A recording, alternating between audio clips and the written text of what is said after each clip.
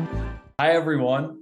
Today we are covering captive funding as a part of our larger series covering benefit funding models. I'm Nick Mancinotti, a senior benefits advisor here at Nava Benefits. I've been in the insurance industry for just under 9 years, and I love helping employers fund healthcare so they get the best bang for their buck. Today, I'm joined by Geoff Sheffield, partner and market director here at Nava. Geoff, good to see you, my friend. Can you tell Nick, us how a have you little bit been? about, oh, can you tell us a little bit about your role and what brought you to Nava? Yeah, no problem. I'm one of the partners here at Nava. I have been in the insurance industry about 20 years, and I really fell in love with the mission of fixing healthcare. That's what got me to Nava. One of the things I've always loved about doing this is finding creative solutions to meet a client's needs. Love that. I think there's an alignment too with our entire team here at Nava with wanting to fix healthcare. So without further ado, let's dig right in. Starting with, what is a captive and how does it work?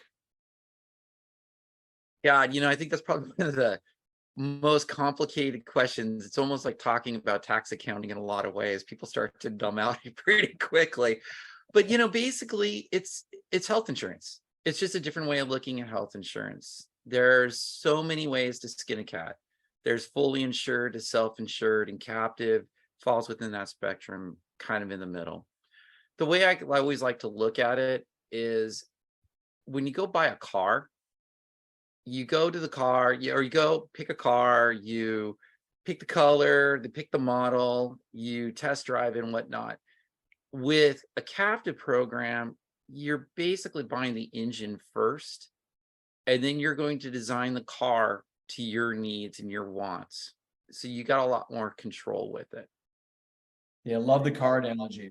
More Yeah, yeah. specific- I'm sorry, go ahead. Apologize about that. Well, more specifically, I was going to ask, how does that differ from, let's starting with fully insured? Yeah, so when you're looking at a captive, the way that you have to look at it is it's it's basically a self-funding model that you're sharing the risk with other companies. There are a couple of components to it. You have the insurance portion and the administrative cost. And then there is the variable cost, which is the funding mechanism. And with health insurance, you're really with most companies, you're looking at only about 20% of your employees are really utilizing the cost. And when you're looking at self-insurance, only about 20% is a fixed cost and about 80% is a variable cost. So within that, it's got some protective layers. If one individual gets catastrophically ill, then you have what's called individual stop loss. So it'll cap out and then the insurance will kick in so a company won't be devastated by it. Then there's also what's called an aggregate stop loss, which what that does is if a bunch of people get sick, it protects you there. Unlike self-insurance or being self-insured, the captive layer, because you're sharing the cost, if your company does have a catastrophic claim, then at that point you're sharing the risk. And the nice thing is too, is you become a partner, so to speak, because you have to buy into it via collateral.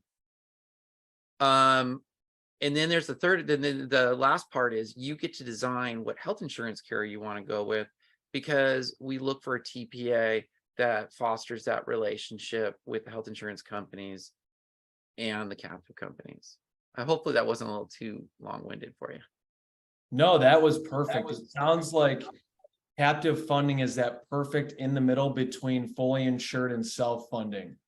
It really, it really is. It's just a really great way to attack health insurance.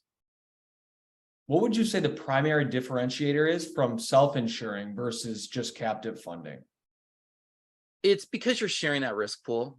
You have a group of companies. And so, when you look at companies like Disney and Qualcomm, these very large companies that truly self-insure, if they have a certain population get ill at one time, there's a risk that they might not be able to reinsure, or they've got the protection because of the head count. Whereas if you're a smaller company and that happens, you might not get reinsured. So the nice thing is with a captive, you're getting the same buying power as some of those larger companies because of the headcount size. Well, you certainly have me intrigued. I'm really curious, and for our audience, who would be the best candidates for a captive? You know, at the end of the day, I think it really boils down to simply this: anybody who is tired of getting renewals, just looking for something new, a new solution. But when it comes to actual, like, a company itself, there are a couple parameters that stand out a little bit more than others. Typically, a company that's 50 or more employees or 500K in revenue, like fully insured large group, the healthier the population, always the better. One of the things, because you are paying claims as they come in, it's good to have a solid cash flow. Companies need a more analytical approach because, unlike a lot of fully insured programs, you actually see all of the data and the information, so you can make decisions on how you want to run your program a little bit more analytically, like a business. And you get more control because you get to design the benefit program, which is great. And you really need to take the time to really understand what the risk and reward of the trade-off is from going from a cap or going to a self-funding soda model within a captive versus fully insured. Yeah, love this. Love this. It might be a solution that's not really on many companies' radars, but again, could lead to I better. think a lot of people, yeah, because I think a lot of people just get really intimidated with the idea of captives. They're scared that it's going to become this high, it's going to be this big expense when there are so many layers of protection within it. With your experience, what is the experience for HR and the lift on their plate in terms of implementing a captive? It's a little bit more involved when it comes to onboarding, in the sense that, because, remember, you're buying the engine first and you're building it out. So you do need to take some time to decide what you want to cover, what you don't want to cover, how you want to create the plan design. Then also, it's really good, you need to take some time in education to make sure that the HR department or the finance department understands how captives work. So when they start seeing claims come in, they're not getting a little too scared and so forth, But otherwise, it's just like a normal onboarding process, but more education. Wonderful. And then how about from the employee experience standpoint? Is there any disruption or impact to kind of how they access their healthcare plan?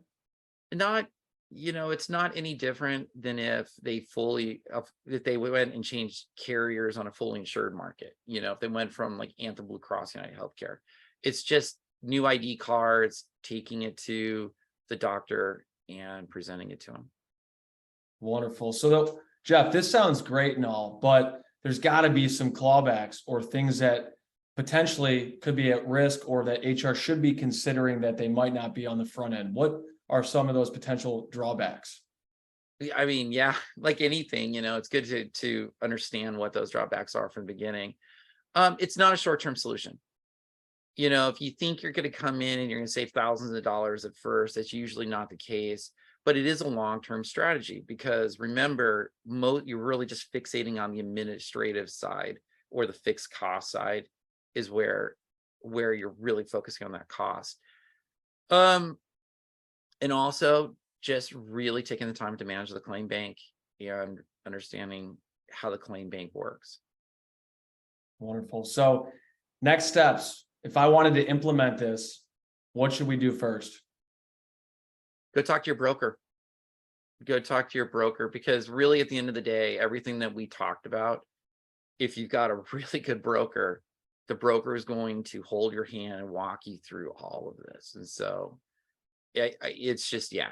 And then setting up some time to make sure that everybody is involved in getting anybody who's going to be touching this involved in the education and the rollout of this. Love that. Well, thank you so much, Geoff. That brings us to the end of our session.